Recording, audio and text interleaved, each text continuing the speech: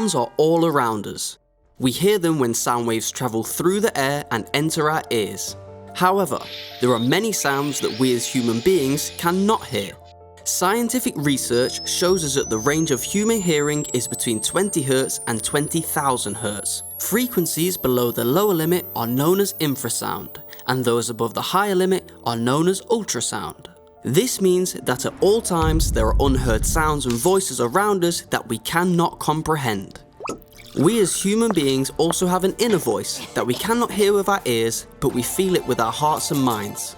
When we do something wrong, this voice speaks to us, chiming like the sound of an internal alarm clock.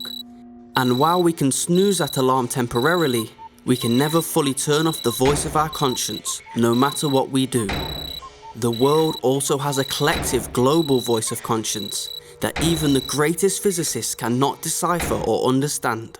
There is an interpretation to this sound, and it is as follows. This is the siren of sin. This is the siren of sin. This is the siren of sin. Consequences will follow any time now.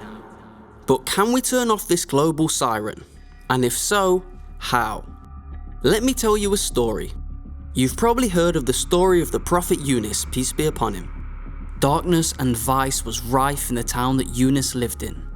Gambling, theft, adultery, child abuse and drinking were everywhere to be seen, clouding the community, leaving no room for good deeds. No one respected the elderly, and spirituality seemed to be dead to everyone. God warned the people, but they turned a blind eye and a deaf ear to his wake-up calls. The angels and all the creatures warned them, but still the people paid no attention. Finally, God summoned Yunus to spread his warning, but as before, the people were too ignorant to listen. Yunus consulted with 2 other prophets and decided to leave the town. We can clearly observe here that God always sends his proof and warns us before sending his punishment. And so it begs the question, what did the people do to absolve themselves of punishment? A certain punishment. Let's return to the story. The punishment was about to befall the townsfolk and they were terrified. They called for Yunus, but he was no longer there. A consultant of the Prophet Yunus had stayed in the town. He told the people to gather around and bring their cows and sheep before dividing them into groups. He first gathered the elderly into one group, and then separated the children from their mothers, including the children of the livestock that the town people had brought forth. Suddenly, the whole town was filled with the sound of crying and wailing. Everyone despaired together. This was when the punishment turned into mercy.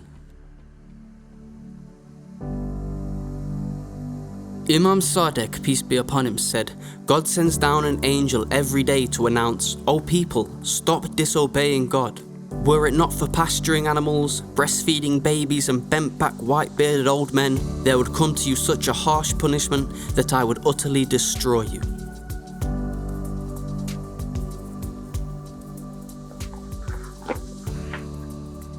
بسم الله الرحمن الرحيم.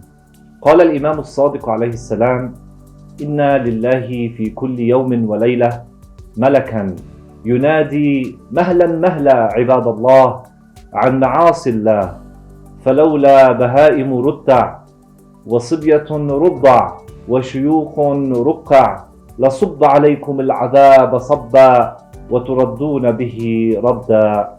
والحمد لله رب العالمين، والصلاة والسلام على سيدنا محمد وعلى آل بيته الطيبين الطاهرين. Open the doors of your hearts. You have a delivery. Be careful though. We must look out for each other, including the elderly, the sick, and the vulnerable.